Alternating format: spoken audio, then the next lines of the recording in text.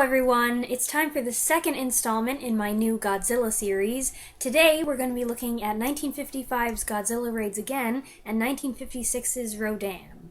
Godzilla Raids Again is the follow-up to the previous year's successful Godzilla introduction.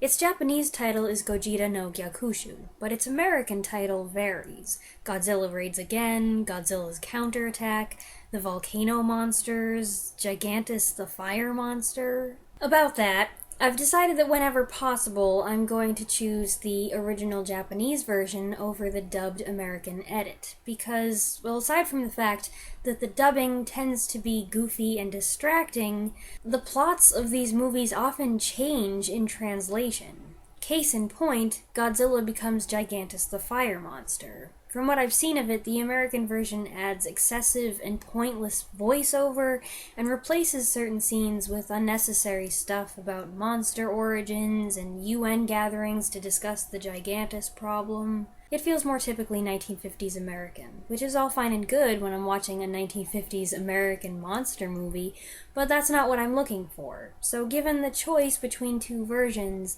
I'm gonna opt for the original. Anyway, back to the movie. Godzilla Raids Again focuses on two pilots, Tsukioka and Kobayashi, from a tuna company in Osaka who are out on a scouting mission. Kobayashi has to make a forced landing on an island, and Tsukioka comes to pick him up. Suddenly, they encounter Godzilla, and it's not just Godzilla, but Godzilla fighting another giant monster. The two pilots manage to escape to bring the bad news back to Osaka, and the citizens prepare as Godzilla heads straight for them. The city goes into a blackout, and the military tries to lure him away with flares, but the light from an accidental explosion draws him back and he attacks. Then Anguirus, the other monster, shows up, and we get our first monster fight of the franchise. Woohoo!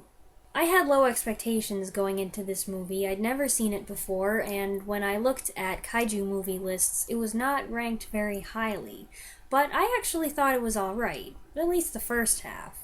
This sequel was directed by Motoyoshi Oda, not Ishiro Honda, so that may be a reason why it doesn't pack quite as strong a punch as the first movie.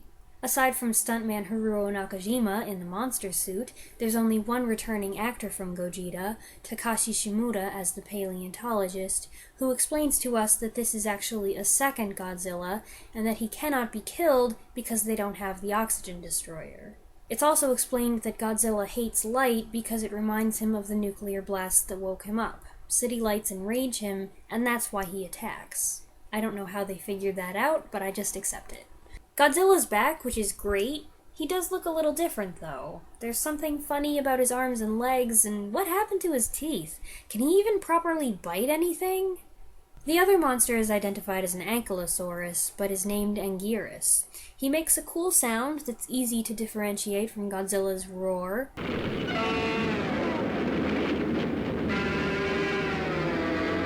His crown of spikes is a little silly, but I like it when he does this sassy head whip thing.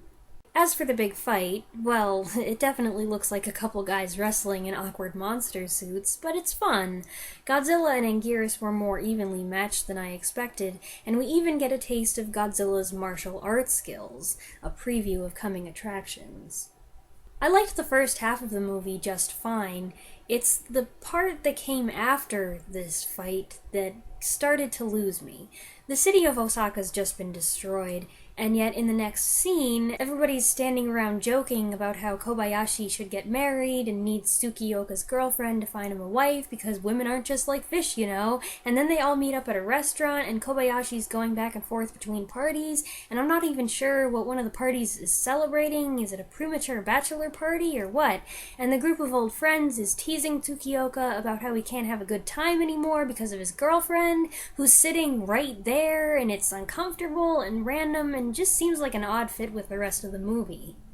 The movie did eventually pick up after that point, but then the ending was disappointing. It dragged, and I don't think that the resolution made any sense. So Godzilla Raids Again didn't end as well as it started. It's not a great movie. It's definitely not as good as the first one, but still, considering how much I liked the first half, I wouldn't say it was a terrible follow-up either. Next up is 1956's Rodan, Japanese title Sora no Daikaiju Radon? I was excited to see this one again. I saw it several years ago as part of a marathon on TV. I really liked it then, and I really liked it this second time too. It's a standalone kaiju movie with no appearance from Godzilla, and it's the first one in color. I think they were excited to show this off right from the get-go. Check out these cool kaleidoscopic opening credits. For this movie, director Ishiro Honda is back at the helm, and Akira Ifukube is back as score composer, so those are two big pluses. The story starts in a small mining community on Kyushu Island, where two rival miners have disappeared in the mine shaft.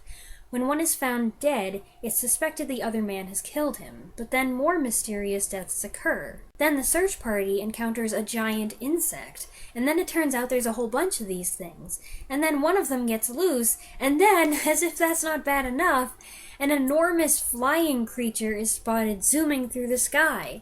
That's Rodan, and he's arrived to cause a lot more trouble than a few giant bugs.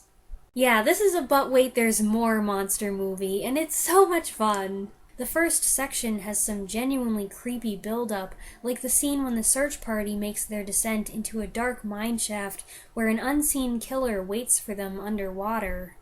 Of course, when you do finally get a good look at the creature, yeah, it's pretty cheesy. My mom said it was like a giant tingler, which is not exactly a compliment. They call this kaiju a meganulon? I have no idea how you're supposed to pronounce it. While I was watching the movie, I just assumed the meganulon was a real thing because Rodan is ID'd as a pteranodon, which was a real dinosaur, like a pterodactyl, only much bigger, but actually, the name was made up for the movie. Fooled me! Rodan is definitely the cooler kaiju of the two. He sounds exactly like a jet engine when he whizzes by, which is pretty funny, and the wind he generates just by flapping his wings is powerful enough to take out airplanes and bridges and flip over vehicles and buildings. If you look closely, you can see the cables attached to the wings, and there are a couple shots where it's obvious it's a guy in a suit, Haruo Nakajima again, but the effects are still pretty darn good, and if you've seen 1957's The Giant Claw, you know it could be a lot worse. But as was the case with Gojira, Rodan does a good job balancing monster excitement and action with a human element, principally centered around Shigeru, the mine engineer who first encounters Rodan, and Kiyo, his girlfriend and the sister of the miner suspected of murder. I do have a couple criticisms. My mom and I have both observed that these movies tend to keep certain sequences going on too long. The scenes themselves may only be about 5 minutes in reality, but in the moment they can feel like they're just going on forever, especially when you're just watching shots of the same thing happening again and again and again. I also found some of the subtitles a little wonky. There were some spelling mistakes and grammar mistakes. Pteranodon was written as Petranodon, and a couple times I wondered, is that what they're really saying, or have these subtitles been modified to suit a 21st century American audience? But all in all, I'm happy to report that I found Rodan a very enjoyable film. Rodan himself is a great addition to the kaiju community, and with his many reappearances in later Godzilla movies, he's continued to be popular over the decades. Next time I'll be reviewing another famous standalone kaiju movie which introduces one of Toho Studios' most beloved monsters, so stay tuned for that. Thanks for watching! Bye!